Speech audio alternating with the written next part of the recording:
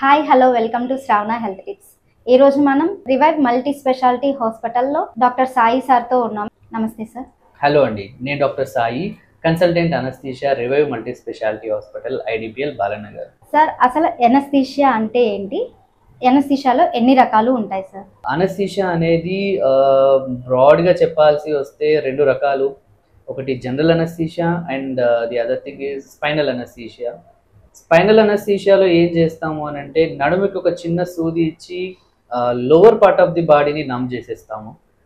Especially lower part of surgeries, lower part of abdomen surgeries are leg surgeries, కాళ్ళకి ఏదైనా surgeries ఉంటే నడుముకి ఒక ఇంజెక్షన్ ఇచ్చి తద్వారా కింది భాగం ఏదైతే పార్ట్ ఆఫ్ ది బాడీ ఉందో దాన్ని మనం నమ్ము చేసేసి సర్జరీకి ఈజీగా చేస్తాం. జనరల్ అనస్థీషియాలో పేషెంట్ని కంప్లీట్గా పడుకోబెట్టేస్తాం. త్రూ ఐవి ఇంజెక్షన్స్ ఇచ్చి ఆర్ నరానికి ఏదైతే ఇంజెక్షన్స్ ఇచ్చి చేయగలమో దాన్ని ఇచ్చి కంప్లీట్గా పేషెంట్ని పడుకోబెడతాం. సో బ్రాడ్గా చెప్పాలి అంటే ఇవి రెండు రకాలు, general anaesthesia and spinal anaesthesia. ఇది కాకుండా రీజనల్ అనస్థీషియా అనేది ఇంకొక పార్ట్ ఉంటుంది. అది ఏంటి అని అంటే మన బాడీలో ఏదైనా స్పెసిఫిక్గా ఒక పార్ట్ ఆఫ్ బాడీనే కంప్లీట్గా నమ్ము చేయొచ్చు. ఎగ్జాంపుల్, సపోజ్ ఒక చెయ్యి ఆపరేషన్ ఉంది అనుకుందాం, ఆ చెయ్యి వరకే ఒక ఇంజెక్షన్ ఇచ్చేసి దానికి సప్లై చేస్తున్న నర్వ్స్ని బ్లాక్ చేయొచ్చు ఒక సర్టెన్ టైం పీరియడ్ కోసం. అంటే ఒక 3 or 4 hours మనం కంప్లీట్గా బ్లాక్ చేసి తద్వారా ఆపరేషన్ని ఈజీగా చేసుకోవడానికి ఆ ఇంజెక్షన్స్ ఇచ్చి చేయొచ్చు. దాన్ని రీజనల్ అనస్థీషియా అంటారు. సో ఇవి చాలా రకాలు మన బాడీలో. ఏ పార్ట్ ఆఫ్ బాడీని కంప్లీట్గా నమ్ చేయాలో ఆ పార్ట్కి సప్లై చేస్తున్న నర్వ్కి వెళ్ళి ఆ ఇంజెక్షన్ ఇస్తే తద్వారా అది ఈజీ అవుతుంది ఆ ప్రాసెస్. సో బ్రాడ్గా చెప్పాలంటే general anaesthesia and spinal anaesthesia and the regional anaesthesia. Spinal ఎనస్థీషియాకి జనరల్ ఎనస్థీషియాకి ఎలాంటి డిఫరెన్స్ ఉంటుంది? స్పైనల్ అనస్థీషియా అనేది ఓన్లీ లోవర్ పార్ట్ ఆఫ్ బాడీలో ఉండే సర్జరీస్ వరకే మనం ఉపయోగిస్తాము. లైక్ సిజేరియన్ డెలివరీ ఆర్ కాలుకి ఏదైనా ఫ్రాక్చర్ ఉంది ఆర్ బాటమ్ సర్జరీస్ ఏమన్నా ఉన్నాయి, అప్పుడు వరకు మాత్రమే మనం ఒక నడుముకి ఇంజెక్షన్ ఇచ్చి లోవర్ పార్ట్ ఆఫ్ ది బాడీని నమ్ చేసుకొని సర్జరీస్ చేసుకుంటాం. ఇది స్పైనల్ అనస్థీషియా. జనరల్ అనస్థీషియా అనేవి upper part of the body or head surgery, neck surgery, చెస్ట్కి ఏమైనా surgeries or upper part of the abdomen surgeries అట్లాంటివి ఏమైనా చేయాలి అనుకున్నప్పుడే జనరల్ అనస్థీషియా ఇస్తాం. ఇవి బ్రాడ్గా రెండు రకాలు. ఎనస్థీషియాకి ముందు ఎంత గ్యాప్లో తినాలి అంటారు సార్? ఇది ఎన్బిఎం గైడ్ లైన్స్ అనేవి కొన్ని ఉన్నాయి. దాంట్లో ఎస్పెషల్లీ సాలిడ్స్కి అయితే వెరీ స్ట్రిక్ట్గా రూల్స్ ఉంటాయి కొన్ని. దాంట్లో పర్టికులర్గా చెప్పుకోవాలి అని అంటే సాలిడ్స్కి 6 hours minimum nil by mouth. NBM అనేది నిల్ బై మౌత్. సో నోటి ద్వారా ఏమీ తీసుకోకుండా మినిమం 6 hours ఉంటేనే ఏ టైప్ ఆఫ్ అనస్థీషియా అయినా ఇవ్వగలుగుతాం. సపోజ్ లిక్విడ్స్లో మళ్ళీ రెండు రకాలు. ఏదైనా fruit juices, pulpy juices, pulp ఉన్నవి అట్లాంటివి అయితే minimum 4 hours. Clear liquids like water కానీ ఫ్రూట్ జ్యూసెస్లో క్లియర్గా ఉన్న ఫ్రూట్ జ్యూసెస్ కానీ వాటికి మినిమం 2 hours. సపోజ్ ఇదే విషయాన్ని మనం చిన్నపిల్లల్లో తీసుకుంటే, చిన్నపిల్లల్లో ఇన్ఫాంట్ కానీ కిడ్ కానీ చైల్డ్ కానీ బ్రెస్ట్ మిల్క్ తీసుకున్నాడు అనుకోండి, అప్పుడు సేమ్ సాలిడ్స్కి ఉన్న గైడ్ లైన్సే వర్తిస్తాయి. మినిమం ఆఫ్ 4 to 6 hours ఖచ్చితంగా నిల్ బై మౌత్ ఉంచాలి. అప్పుడే మనం ఏ రకమైన అనస్థీషియా అయినా ఇవ్వగలుగుతాం. స్పైనల్ ఎనస్థీషియా తీసుకున్న తర్వాత నడుము నొప్పి ఎక్కువగా వస్తుందని చాలా మంది కంప్లైంట్ చేస్తారు సార్, ఇది ఎంతవరకు నిజం అంటారు? స్పైనల్ అనస్థీషియా తర్వాత నడుము నొప్పి అనేది మోస్ట్ కామన్గా మేము కూడా గమనించే విషయం. ఎస్పెషల్లీ సిజేరియన్ అంటే పోస్ట్ డెలివరీ తర్వాత most of the mothers complaint చేసే విషయం ఇది స్పైనల్ అనస్థీషియా ఇవ్వడం వల్ల వచ్చే ప్రాబ్లం కాదు. ప్రెగ్నెన్సీ అనేది ఒక కాంప్లెక్సిటీతో కూడుకున్న విషయం. సో దాంట్లో చాలా వరకు హార్మోన్స్ ఇంబ్యాలెన్స్ అవుతూ ఉంటాయి. ఒక హార్మోన్ పెరగడము, ఒక హార్మోన్ తగ్గడము, ఇంకో హార్మోన్ బ్యాలెన్స్డ్గా ఉంచడము. సో ఇలాంటి థింగ్స్ మన బాడీలో జరుగుతున్నప్పుడు మన బాడీ దానికి తగ్గట్టుగా రియాక్ట్ అవుతుంది. సో కొన్ని లిగమెంట్స్ లూజ్ అవ్వడం, కొన్ని ఫైబర్స్ లూజ్ అవ్వడం, కొన్ని టైట్ అవ్వడం, ఇవి జరగడం వల్ల నడుములో ఉండే కొల్లాజన్ ఏదైతే ఉంటుందో, ఏదైతే టెండాన్స్ ఉంటాయో, ఏదైతే మజిల్ ఫైబర్స్ ఉంటాయో అవి లూజ్ అవ్వడం వల్ల వచ్చే నొప్పి అది. సో దానికి స్పైనల్ అనస్థీషియాకి ఎటువంటి సంబంధము లేదు. స్పైనల్ అనస్థీషియా వల్ల వస్తుంది అని అనుకోవడం అనేది ఒక అపోహ. రెండు, దీన్ని ఎలా నివారించాలి అని అంటే డెలివరీ అయిన తర్వాత దానికి తగ్గట్టుగా ఫిజియోథెరపీ అండ్ ఎక్సర్సైజ్ చేసుకుంటే దీనికి చాలా వరకు సొల్యూషన్ వస్తుంది. 99% మదర్స్ ఫిజియోథెరపీ కానీ ఏదైనా రెగ్యులర్ ఎక్సర్సైజెస్ చేస్తే దీనికి ఖచ్చితంగా నివారించే అవకాశం ఉంది. స్పైనల్ అనస్థీషియా వల్ల హెడేక్ కూడా వస్తుందంటారు కదా సార్, ఆ హెడేక్ రాకుండా ఉండాలంటే ఎలాంటి జాగ్రత్తలు తీసుకోవాలి? స్పైనల్ అనస్థీషియా ఇచ్చిన తర్వాత స్పైనల్ హెడేక్ అనేది కూడా ఒక మోస్ట్ కామన్ అని చెప్పలేము, బట్ కామన్గా వచ్చే కంప్లైంట్ ఇది. దీన్ని నివారించడానికి మెయిన్గా తీసుకోవాల్సిన జాగ్రత్తలు ఏంటి అని అంటే, స్పైనల్ అనస్థీషియా తీసుకున్న తర్వాత next 24 hours, minimum of 24 hours సుపైన్గా పడుకొనే ఉండాలి. అంటే బెడ్ మీద వితౌట్ పిల్లో, వితౌట్ దిండు పెట్టుకోకుండా సుపైన్గా స్ట్రైట్గా పడుకొని ఉండాలి. అండ్ వీలైనంత ఎక్కువగా మేము ఏదైతే ఎన్బిఎం బ్రేక్ చేస్తామో, అంటే ఇప్పుడు నుంచి తినవచ్చు తాగొచ్చు అని చెప్తామో అక్కడి నుంచి ఎక్కువగా వాటర్ తీసుకోవడం ట్రై చేయాలి. దగ్గడము అట్లాంటివి, కఫ్ అట్లాంటివి ఏమన్నా ఉంటే కొంచెం కంట్రోల్ అయ్యాకే సర్జరీ చేసుకోవడం బెస్ట్. ఎందుకు అంటే దగ్గడం వల్ల ఎక్కువ స్ట్రెయిన్ పడి స్పైన్ మీద సిఎస్ఎఫ్ ఫ్లూయిడ్ ఏదైతే ఉంటుందో, బ్రెయిన్ ఫ్లూయిడ్, అది ఎక్కువ లీక్ అయ్యి స్పైనల్ హెడేక్ వచ్చే ఛాన్సెస్ ఉంటాయి. And more over once spinal headache వచ్చింది అంటే దానికి సొల్యూషన్స్ ఉన్నాయి, ట్రీట్మెంట్ ఉంది, అది పెద్దగా భయపడాల్సిన విషయం కాదు. ప్రీ అనస్థీషియా చెకప్ అది ఎందుకోసం అవసరం పడుతుంది సార్? ప్రీ అనస్థీషియా చెకప్ అనేది చాలా క్రూషియల్ థింగ్. ఇది మనం ఒక్కసారి చెక్ చేసుకోకుండా అనస్థీషియా ఇస్తే దాని పర్యవసనాలు చాలా తీవ్రంగా ఉంటాయి. ఎందుకు అనంటే ప్రీ అనస్థీషియా చెకప్లో చాలా వరకు మన బాడీ పార్ట్స్ని, బాడీ సిస్టమ్స్ని చాలా వరకు మనం చదివేస్తాం. సో మన బాడీ ఎంతవరకు అనస్థీషియాని తట్టుకోగలుగుతుంది, అది ఎటువంటి టైప్ ఆఫ్ అనస్థీషియా అయినా అది మన బాడీని తట్టుకుంటుందా లేదా, మనం ఎంతవరకు దాని నుంచి బయటకు రాగలం అనేది ప్రీ అనస్థీషియా చెకప్లో 100% తెలిసిపోతుంది. సో ఒకవేళ తట్టుకోలేదు, దానికి తగ్గట్టుగా మళ్ళీ మనం కావాల్సిన ట్రీట్మెంట్, కావాల్సిన ప్రికాషన్స్ తీసుకొని మనం ముందుకు వెళ్తాం. సో ప్రీ అనస్థీషియా చెకప్ అనేది ఇట్ ఈస్ 100% చేసుకోవాలి. చేసుకున్న తర్వాతనే ఆపరేషన్ తీసుకోవాలి.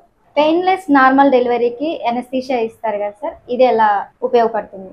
లేబర్ అనాల్జేసియా గురించి మీరు అడుగుతున్నారు. లేబర్ అనాల్జేసియా అనేది అనస్థీషియా విభాగంలో advanced technology are advanced procedure అని చెప్పొచ్చు. దీంట్లో ఏంటి అని అంటే, ఒక నార్మల్ డెలివరీ, ఒక ఫస్ట్ బేబీని కనబోయే ఒక నార్మల్ డెలివరీ స్త్రీ 8 గంటల నుంచి 10 గంటలు నొప్పులు పడతారు. సో దీంట్లో మనం ఒక 6 నుంచి 8 గంటలు నొప్పి లేకుండా 0% ఆఫ్ పెయిన్తో మనం ప్రసవాన్ని ముందుకు తీసుకెళ్ళచ్చు. సో దీంట్లో ఏంటి అని అంటే, చాలా వరకు మదర్ చాలా కంఫర్టబుల్గా ఉంటారు, ఎక్కువ స్ట్రెయిన్ తీసుకోకుండా, ఎనర్జీ వేస్ట్ కాకుండా బేబీ అండ్ మదర్ సేఫ్గా డెలివరీ అవుతారు. సో లేబర్ అనాల్జేసియా 100% ప్రూవెన్, చాలా సేఫ్, అండ్ ఇది ఎవరైనా తీసుకోవచ్చు. లేబర్ అనాల్జేసియా అంటే ఏంటి సార్? లేబర్ అనాల్జేసియా అనేది పెయిన్లెస్ నార్మల్ డెలివరీ. నార్మల్ డెలివరీలో ఏదైతే నార్మల్ కాన్పులో పడే నొప్పులు ఉంటాయో ఆ నొప్పులు కంప్లీట్గా జీరో చేసేసుకొని నార్మల్ డెలివరీ చేసుకోవచ్చు. దాంట్లో మెయిన్గా మనం చేసేది ఏంటి అని అంటే, నడుము భాగంలో ఒక చిన్న ఎపిడ్యూరల్ క్యాథెటర్ అనేది ఉంటుందన్నమాట. ఎపిడ్యూరల్ క్యాథెటర్ ద్వారా అనస్థీషియాని ఇచ్చి ఆ పొట్ట వరకే, ఆ పొట్ట భాగాన్ని వరకే నొప్పులు లేకుండా ప్రసవాన్ని మనం కొనసాగించవచ్చు. అది ఈ 6 గంటల నుంచి 8 గంటల వరకు కూడా మనం ఈ ఎపిడ్యూరల్ అనాల్జేసియాని ఉంచవచ్చు. నార్మల్ డెలివరీ అయిపోయాక కూడా ఆ కింది భాగంలో ఎక్కడైతే నొప్పి ఉంటుందో ఆ నొప్పి లేకుండా పోస్ట్ ఆపరేటివ్ అంటే పోస్ట్ డెలివరీ అయిన తర్వాత కూడా నొప్పి లేకుండా దీన్ని మేనేజ్ చేయొచ్చు. దానికి కాకపోతే డోస్ తగ్గించుకుంటాం, డోస్ పెంచుకుంటాం depending upon the weight. So normal డెలివరీకి ఎపిడ్యూరల్ అనాల్జేసియా అనేది చాలా వరకు హెల్ప్ అవుతుంది.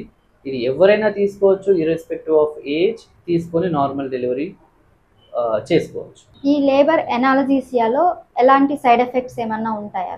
లేబర్ అనాల్జేసియాలో చాలా వరకు సైడ్ ఎఫెక్ట్స్ మనం ఎక్స్పెక్ట్ చేయలేము. ఎందుకంటే ముందే ప్రీ అనస్థీషియా చెకప్ అనేది చేసుకుంటాము. ప్రీ అనస్థీషియా చెకప్లో ఏమైనా కాంప్లికేషన్స్ వచ్చే పాసిబిలిటీస్ ఉంటాయా అనేది మనకి ముందే తెలుస్తుంది. సో అట్లాంటి సిచ్యువేషన్లో లేబర్ అనాల్జేసియా ఇవ్వము. పేషెంట్ కంప్లీట్గా ఫిట్ ఉంది అండ్ లేబర్ అనాల్జేసియా ఇవ్వచ్చు అన్నప్పుడే మనం లేబర్ అనాల్జేసియా ఇస్తాము.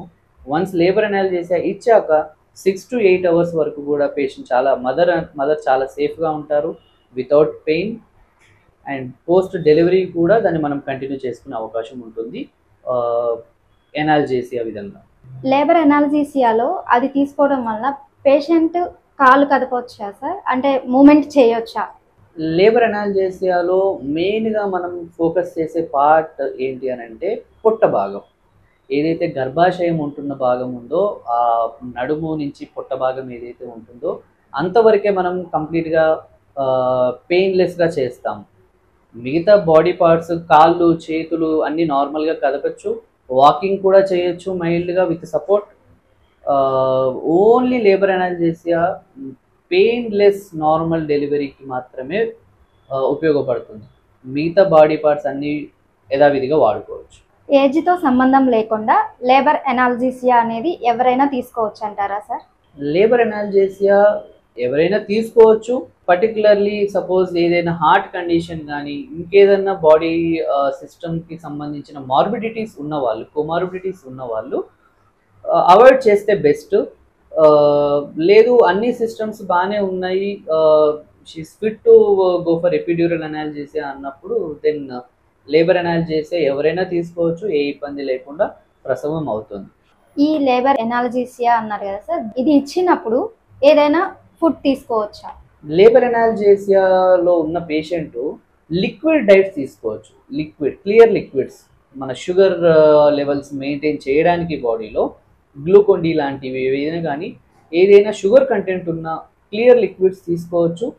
2 అవర్స్కి 1 గ్లాస్ ఆఫ్ క్లియర్ ఫ్లూయిడ్స్ తీసుకోవచ్చు, దాంట్లో ఎటువంటి ప్రాబ్లం ఉండదు. ఇప్పుడు చేతికి సంబంధించిన ఆపరేషన్స్ కానీ ఫింగర్స్కి సంబంధించిన ఆపరేషన్స్లో కానీ ఓన్లీ పార్ట్కి మాత్రమే ఎనస్థీషియా ఇస్తారు కదా సార్, దానికి కూడా ఎన్బిఎం అనేది ఉండాలా? ఎన్బిఎం గైడ్ లైన్స్ అనేవి ఏ ఆపరేషన్కైనా irrespective of general anaesthesia or spinal anaesthesia and local anaesthesia, ఏ టైప్ ఆఫ్ అనస్థీషియా తీసుకున్నా ఎన్బిఎం అనే గైడ్ లైన్స్ అందరికీ కామన్గా వర్తించేవి. ఆ 6 గంటలు ఏమి తీసుకోకుండా ఉండడం అనేది compulsory for any anaesthesia or any surgery. దీంట్లో ఏ మార్పు లేదు. ఎనస్థీషియా అనేది కొన్ని రిలీజియన్ వాళ్ళకు కూడా ఇవ్వచ్చు ఇవ్వకూడదు అనేది కూడా ఒక డౌట్ ఉంది సార్, అదే ఎవరికి ఇవ్వచ్చు ఎవరికి ఇవ్వకూడదు సార్? అనస్థీషియా అనేది ఎవరికైనా ఇవ్వచ్చు, ఒక కులానికి ఒక మతానికి ఇవ్వకూడదు అని ఏమీ లేదు.